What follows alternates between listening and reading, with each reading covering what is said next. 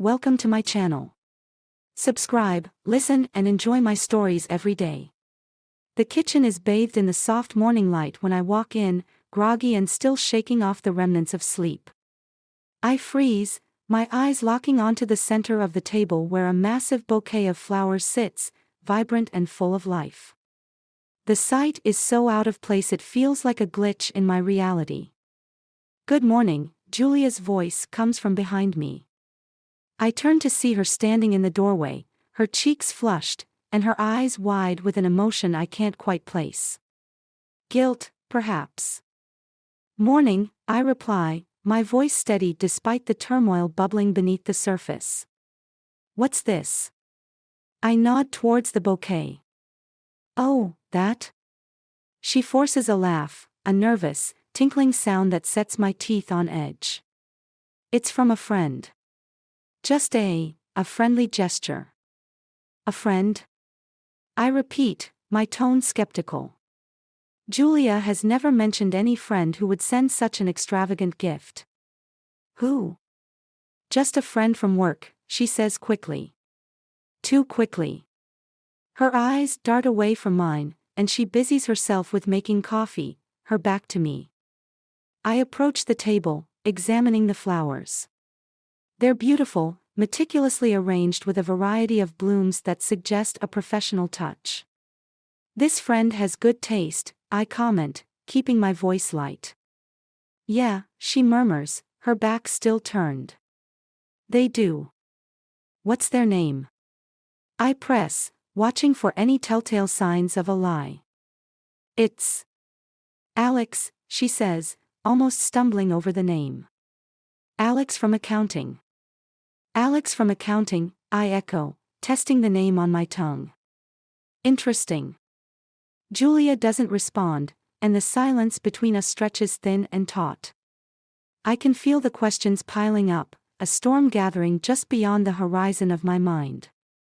But now isn't the time to confront her. Not yet. I nod slowly, taking a step back. "All right. Thanks for the flowers, I guess." She finally turns to look at me, her eyes wide and pleading. "I'm sorry, I should have told you.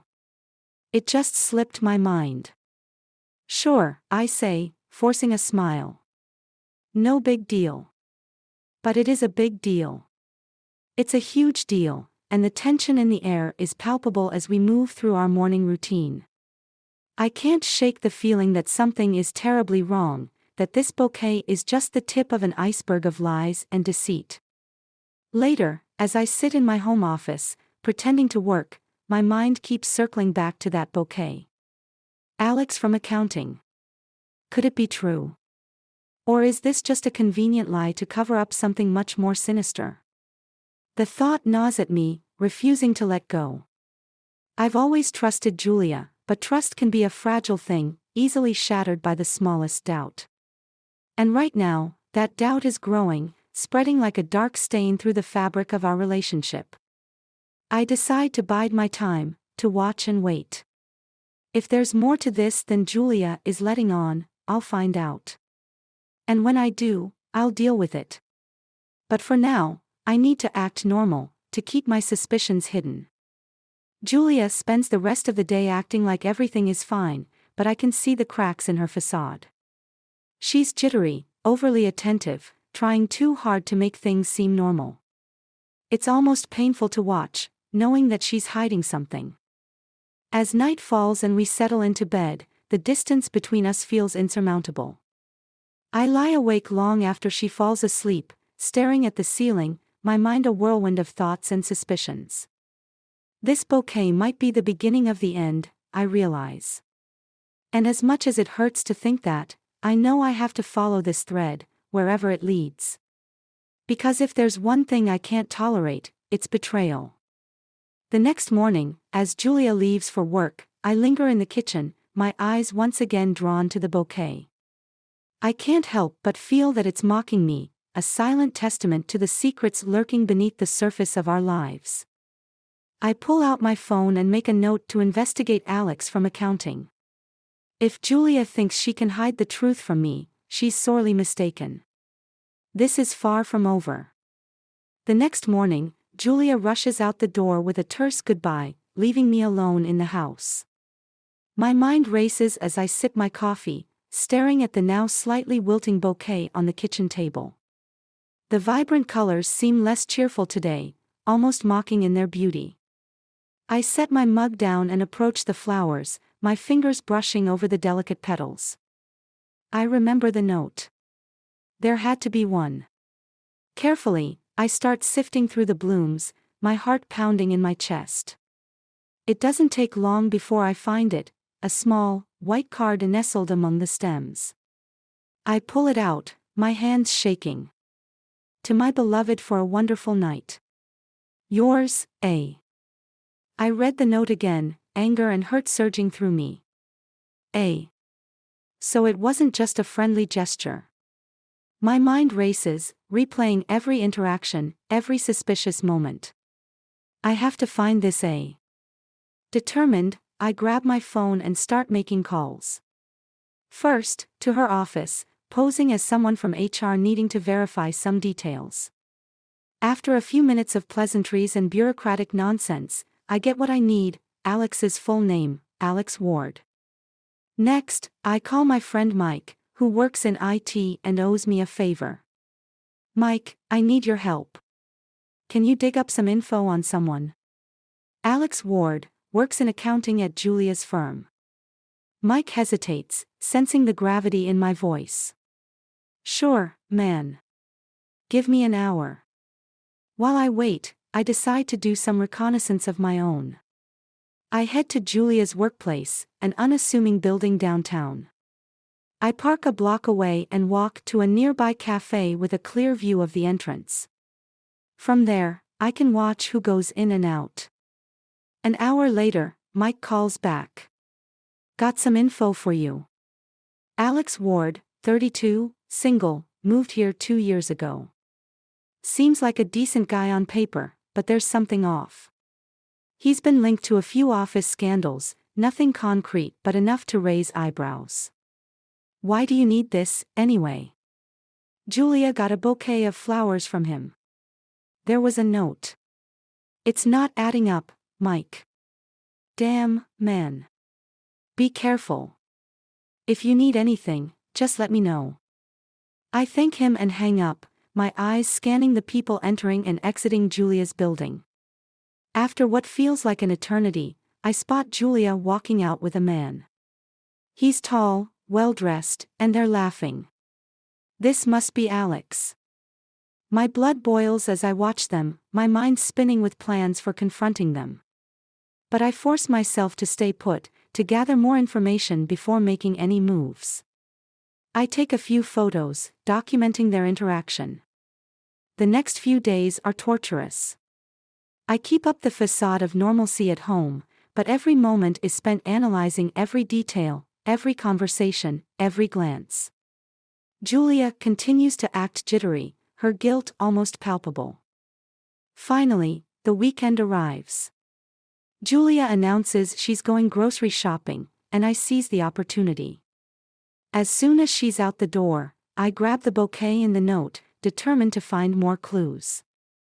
I head to the office, my mind set on uncovering the truth. At her workplace, I bypass security with a well-timed lie about a forgotten lunch. I navigate the hallways, my heart pounding, until I find Alex's office. The door is slightly ajar, and I slip inside, quickly searching through his desk. My hands tremble as I sift through papers, looking for anything that might confirm my suspicions. And then I find it, a receipt for a hotel room, dated the night before the flowers arrived. My heart sinks as the reality sets in. Julia has been cheating on me.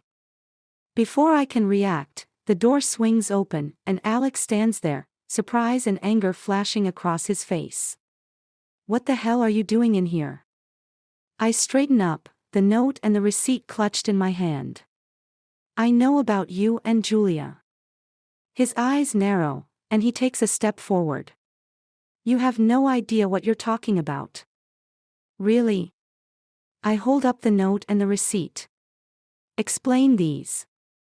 For a moment, he's silent, his face a mask of conflicting emotions. Then he laughs, a cold, bitter sound. Fine.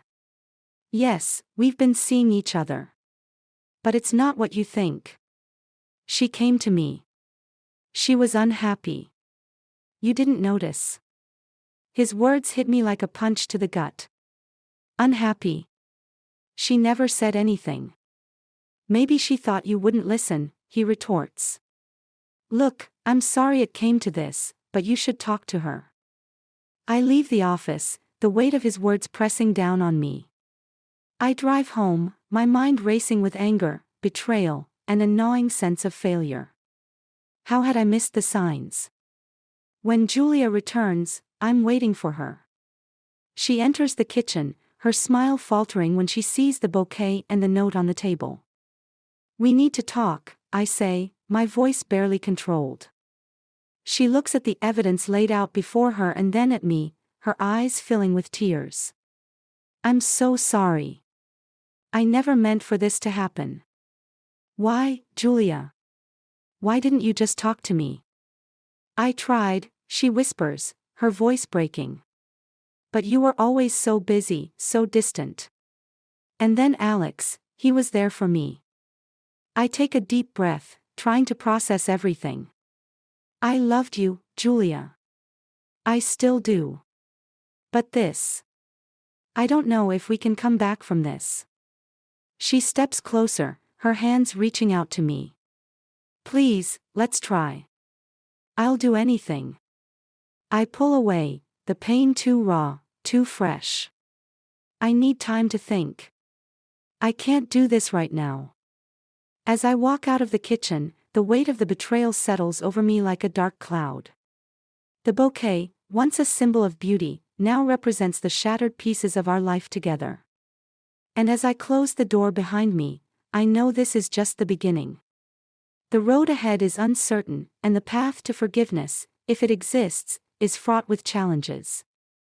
But one thing is clear, things will never be the same again. The days following my confrontation with Julia blur into a haze of confusion and heartache. I spend most of my time holed up in my office, avoiding her and the painful reality of our crumbling marriage. The silence in the house is suffocating, punctuated only by the occasional sound of Julia's quiet sobs from the bedroom. I can't stay in this limbo forever. Something has to give. One evening, I decide to reach out to an old friend, Ethan. We haven't talked much since college, but he's always been someone I could rely on. Ethan, it's Mark, I say when he picks up. Can we meet up? I need to talk. Mark. Long time, man. Yeah, of course. How about the bar near our old campus? Say in an hour. Perfect. Thanks, Ethan. An hour later, I walk into the dimly lit bar, the familiar scent of stale beer and fried food bringing back memories of simpler times. Ethan is already at a corner table, a pint of beer in front of him. He looks up as I approach, his face breaking into a wide grin. Mark.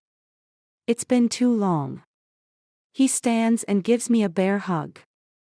Yeah, it has, I say, forcing a smile.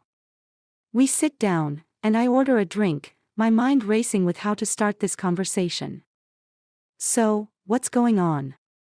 Ethan asks, leaning forward. I take a deep breath and spill everything, the bouquet, the note, the confrontation with Alex, and Julia's tearful confession. Ethan listens quietly, his expression growing more serious with each passing detail. Damn, man. That's rough, he says when I finish. I can't believe Julia would do that. Neither can I admit, staring into my beer. I just don't know what to do. Part of me wants to forgive her, but another part of me wants to make both of them pay for what they did to me. Ethan nods slowly. Revenge might feel good in the moment, but it won't fix anything. It'll just make things worse. I know, I sigh. But it's hard to think straight when I'm this angry. Look, Ethan says, leaning closer. If you want to get to the bottom of this, you need more information. You need to know why it happened and if it's even worth trying to fix things with Julia. Have you thought about talking to a professional? A therapist, maybe? I haven't, I admit. I guess I've been too focused on the betrayal to think about that. It might help, Ethan says. And as for Alex, confronting him won't solve anything.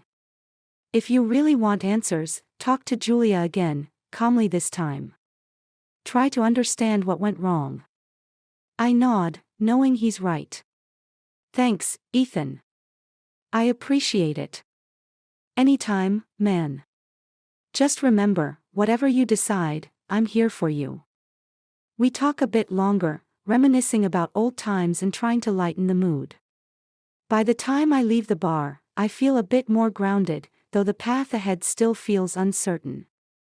When I get home, the house is dark and quiet. Julia is asleep in the bedroom, her face streaked with dried tears. I watch her for a moment, the pain and love tangled together in a confusing knot in my chest. The next morning, I wake up early and make coffee, waiting for Julia to join me in the kitchen. She appears a short while later, her eyes red-rimmed and puffy. She looks at me warily, as if expecting another confrontation. We need to talk, I say, gesturing for her to sit. She nods and takes a seat across from me, her hands clasped tightly in her lap. I'm still hurt and angry, I begin, but I want to understand. Why did this happen, Julia? What went wrong? She takes a deep breath, tears welling up in her eyes again. I'm so sorry, Mark. I never wanted to hurt you. I felt so alone. You were always working, always distracted. And then Alex came along, and he listened. He made me feel seen. I was working for us, I say, my voice tight. I thought I was doing the right thing, providing for us. I know, she whispers. And I appreciate that. But somewhere along the way, we lost each other. I should have talked to you, but I was scared. And then things just spiraled out of control. We could have fixed it, I say, my frustration bubbling up. We still can. But you have to be honest with me. No more secrets. She nods, tears spilling over. I'll do anything, Mark. I want to make this right. I take a deep breath, trying to calm the storm inside me. We're going to see a therapist. Together. And you're going to end things with Alex. Completely. Absolutely, she agrees, relief flooding her face. I'll do it today. As we sit there in the quiet kitchen, I feel a glimmer of hope. It's a small step, but it's a step towards healing. The road ahead will be long and difficult, but at least we're facing it together. Later that day, Julia calls Alex in front of me, ending things definitively. I watch her closely, looking for any sign of lingering attachment, but she seems resolute. After she hangs up, she turns to me, her eyes earnest. I love you, Mark. I'm so sorry for everything. I love you too, I say, though the words feel heavy with the weight of our shared pain. We'll get through this. But it's going to take time. Over the next few weeks, we start seeing a therapist. The sessions are hard, peeling back layers of hurt and resentment, but they're also cathartic. We begin to communicate in ways we haven't in years, slowly rebuilding the trust that was shattered. But the shadow of Alex still looms over us, a constant reminder of the betrayal. One evening, after a particularly intense therapy session, I find myself unable to sleep. The need for closure gnaws at me, and I realize there's one more thing I need to do. I need to confront Alex. Not in anger, but to understand, to close this chapter for good. The next day, I arrange to meet Alex at a neutral location, a quiet park near his office. He looks surprised to see me, but agrees to talk. I'm not here to fight, I begin. I just want to understand. Why did you pursue my wife? He sighs, looking genuinely remorseful. I didn't pursue her, Mark. She came to me. At first, it was just friendly, but then it became more. I never meant for it to go this far. Did you love her? I ask, needing to know. No, he says, shaking his head. It was never about love. It was about filling a void. For both of us. His words sting, but they also bring a strange sense of relief. Julia's infidelity wasn't about replacing me, but about finding something she felt was missing. She ended it, I say. And we're trying to work things out. I need to know that you'll stay away. I will, he promises. I'm truly sorry for everything, Mark. I wish you both the best. As I walk away, I feel a sense of closure. The anger and hurt are still there, but they're less overwhelming now. I can finally see a path forward, one where Julia and I can heal together. When I return home, Julia is waiting for me, her eyes filled with hope. How did it go? It went well, I say, pulling her into a hug. We're going to be okay. It'll take time, but we'll get there. As we stand there, holding each other, I feel a sense of peace. The bouquet of flowers that once symbolized betrayal and now serves as a reminder of our resilience and commitment to rebuilding our life together. The road ahead is long, but for the first time in a long while, I'm hopeful. We'll face the future together, one step at a time. The weeks turn into months, and slowly but surely, Julia and I start to rebuild the fragile remains of our relationship.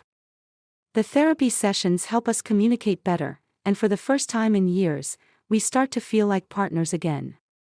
The shadow of Alex and the betrayal he represented seems to fade, but the scars are still there, faint but permanent. One evening, as we sit on the couch, Julia resting her head on my shoulder, my phone buzzes. I pick it up, expecting a routine message, but my heart skips a beat when I see an unknown number. The message is brief but chilling, I know the truth. Meet me at the old warehouse on 5th. Alone. I freeze, the phone trembling in my hand. Julia notices immediately. What's wrong? It's from Alex, I say, showing her the message. Her eyes widen in fear. What could he want? She whispers. I don't know, but I have to find out. I stand, my mind racing with possibilities. Stay here. I'll handle this. Mark, please be careful, she pleads, her grip tightening on my arm. I will, I assure her, kissing her forehead before heading out. The drive to the warehouse is tense, my mind replaying every interaction, every clue, trying to piece together what Alex could possibly mean by the truth. The warehouse on 5th is a relic of the past, abandoned and decaying. I park a distance away and approach cautiously. The silence is eerie, the only sound my footsteps echoing on the cracked concrete. I enter through a side door, my eyes scanning the darkness for any sign of Alex. Mark, a voice calls from the shadows. I turn to see Alex stepping out, his face partially obscured by the dim light. You said you know the truth, I say, my voice steady despite the adrenaline coursing through me. What truth? He smiles, a cold, calculating expression that sends chills down my spine. It's not what you think. Julia wasn't the only one who was unhappy. What are you talking about? I demand, my patience wearing thin. Julia came to me, yes. But not just for comfort. She was looking for a way out, Mark. Out of a marriage she felt trapped in. And she wasn't the only one. What do you mean? I ask, confused. Alex takes a step closer, his smile widening. You weren't exactly faithful either, were you? The accusation hits me like a punch to the gut. What? That's a lie. I never. Really? He interrupts, pulling out his phone. Do you recognize her? He shows me a photo, and my heart stops. It's a picture of me with a woman from a conference I attended last year. A woman I had a brief, regrettable encounter with. How did you? Julia found out, Alex says, enjoying my shock. She came to me for advice, for comfort. She was devastated, Mark.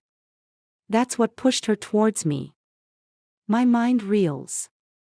Julia knew about my infidelity. But she never said a word. I feel the weight of my hypocrisy crashing down on me. You see, Alex continues, this isn't just about her betrayal. It's about both of you. You both made mistakes. But I'm done with this game. I just wanted you to know the full story before I leave town. Leave town? I echo, trying to process everything. Yes. I'm moving away, starting fresh. This chapter is over for me. But you and Julia, you still have a chance. If you're honest with each other. I watch as he turns and walks away, his figure disappearing into the darkness. The silence that follows is deafening. The drive home is a blur. When I walk in, Julia is waiting, her eyes red from crying. She rushes to me, searching my face for answers. What happened? She asks, her voice trembling. He told me everything, I say, my voice hollow. Including how you knew about my affair. Julia's face crumples, fresh tears spilling over. I didn't know how to tell you. I was so hurt, so angry. And then Alex, he was there. I pull her into a hug, the weight of our shared guilt pressing down on us. I'm sorry, Julia. For everything. For not being there, for betraying you. I'm sorry too, she sobs. I should have told you. We should have talked. We hold each other for a long time, the silence filled with the unspoken promise to do better. When we finally pull apart, there's a sense of fragile hope between us. Over the next few days, we continue our therapy, but with a new level of honesty. We lay everything out, the good, the bad, and the ugly. It's painful, but cathartic. And slowly, we start to heal. Months pass, and we begin to rebuild our lives. The scars remain, but they no longer define us. We learn to forgive ourselves and each other, understanding that love is not about perfection, but about resilience. One evening, as we sit on the porch, watching the sunset, Julia turns to me. Do you think we'll ever fully heal? I take her hand, squeezing it gently. I think healing is a journey, not a destination. And as long as we're on that journey together, we'll be okay. She smiles, leaning her head on my shoulder. I love you, Mark. I love you too, Julia. As the sun dips below the horizon, I feel a sense of peace. The journey ahead is still uncertain, but with Julia by my side, I know we can face whatever comes our way. The bouquet that once symbolized our brokenness now represents our resilience and commitment to each other. And as we sit together, watching the stars appear, I feel a renewed sense of hope for the future.